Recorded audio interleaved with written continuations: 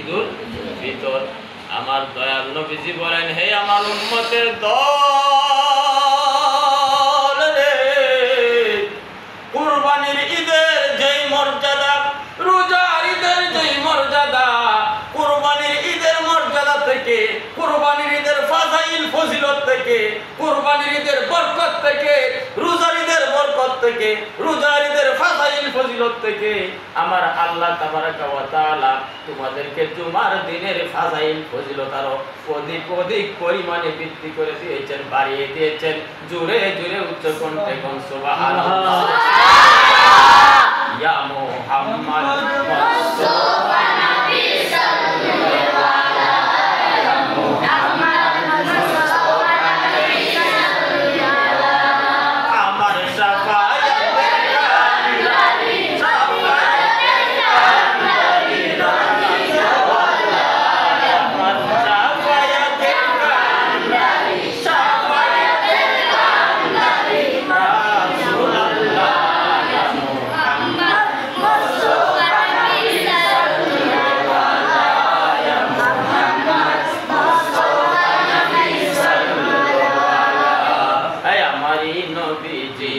কাবারি কাবা ঠিক না উঠে নবীজি আমার গোলাপের বাবা,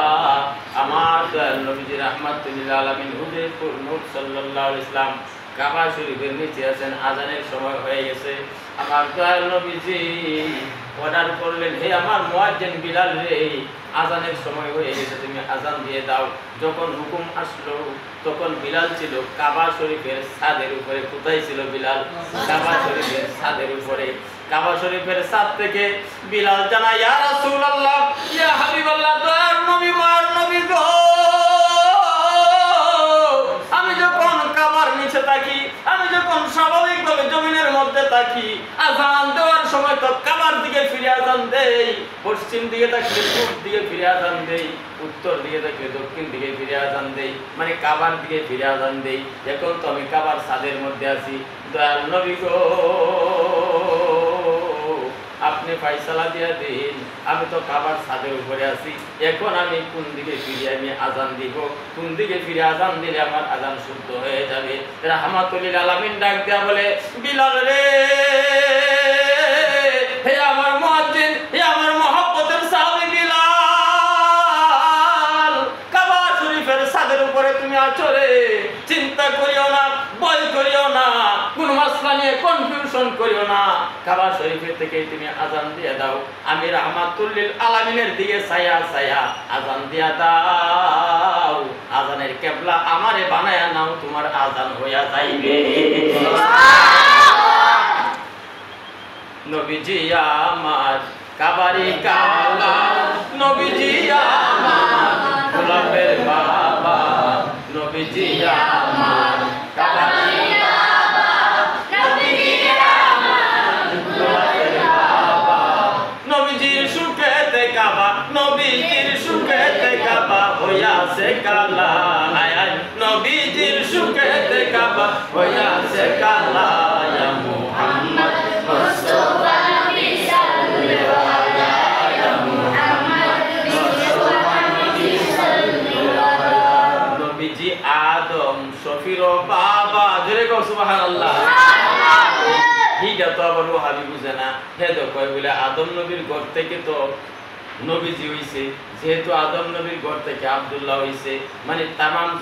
তামাম জাহান যখন আদম নবীর ঘর থেকে হইছে, সবার বাবা তো হইল আদম, তাহলে নবীজি কিভাবে বাবা হয়?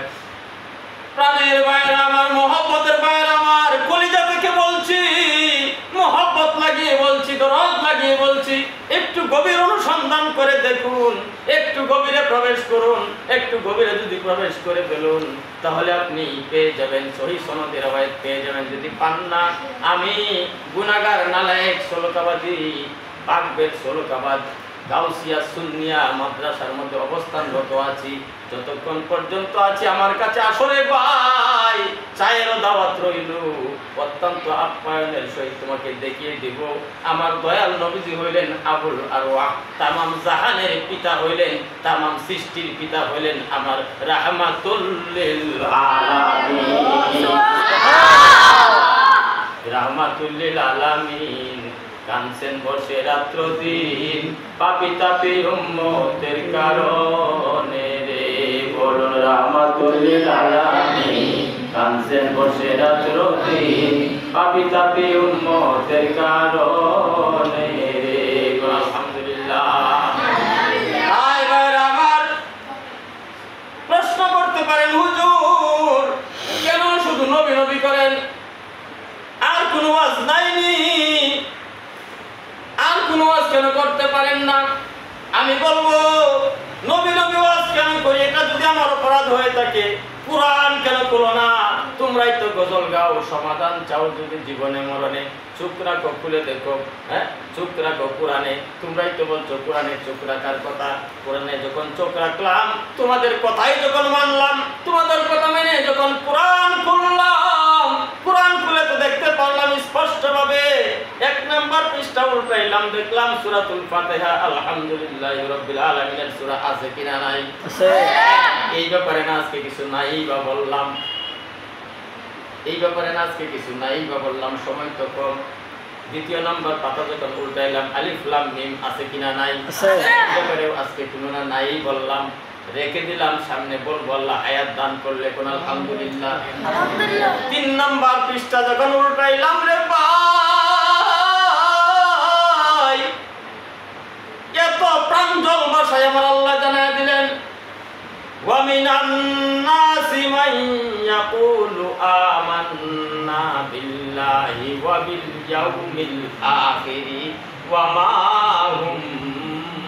বিমুমিনিন। আমার আল্লাহ ঘোষণা দিয়ে দিলেন তোমাদের মধ্যে এমন কিছু মানুষ আছে এমন কিছু মানুষ থাকবে ওয়া মিনান নাসি মান ইয়াকুলু তারা বলতেছে এবং বলতে থাকে তার মানে তখনও বলছিল 1450 বছর আগেও বলছিল এখনো বলতেছে কিয়ামত পর্যন্ত বলতে থাকবে কিয়ামত পর্যন্ত বলতে থাকবে যে এটা আমার আল্লাহ জানে কিনা জানে না জানে আমার আল্লাহ জানে। এই জন্যই আমার আল্লাহ বলে ওয়া মিনান নাসি মান ইয়াকুলু আমান্না বিল্লাহি তোমাদের মধ্যে এমন কিছু লোক পয়দা হয়ে যাবে এমন কিছু লোক পয়দা হইয়া গেছে এমন কিছু লোক তৈরি হয়ে গেছে এরা এখন বলতে থাকবে কি বলতে থাকবে তারা বলবে আমান্না বিল্লাহি আমরা তো আল্লাহর উপরে ঈমান এনেছি আমরা তো আল্লাহকে বিশ্বাস করি আমরা তো আল্লাহকে মহব্বত করি আমরা তো আল্লাহর ইবাদত করি শুধু আল্লাহ আল্লাহ আল্লাহ আল্লাহ আকাইদের কিতাবে লিখে আল্লাহ আল্লাহ করতে করতে করতে করতে লা ইলাহা ইল্লাল্লাহ লা ইলাহা ইল্লাল্লাহ এই জিকির করতে করতে করতে করতে যদি তোমার জীবনটা বের হয়ে যায় তুমি যদি মারা যাও তুমি যদি চলে যাও একবারও যদি তুমি মুহাম্মাদুর রাসূলুল্লাহ না করো তোমাকে মুমিন বলা হবে না তুমি কাট্টা কাফের তুমি চির জাহান্নামী তুমি জান্নাতের গন্ধ পাইবা না।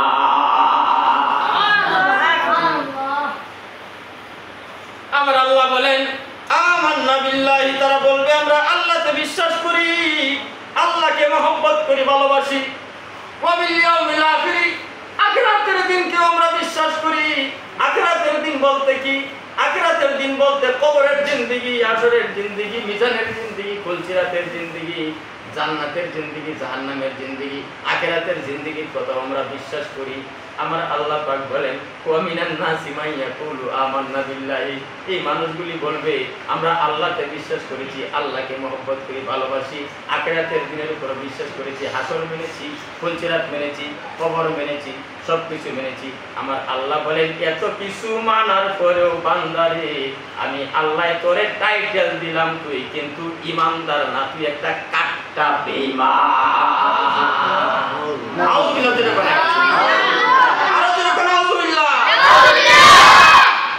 তুই আল্লাহরে মানলি আল্লাহরে বিশ্বাস করলে আমার আল্লাহরে মানলে আল্লাহরে বিশ্বাস করলে হাশর মানলে ফুলসিরাত মানলে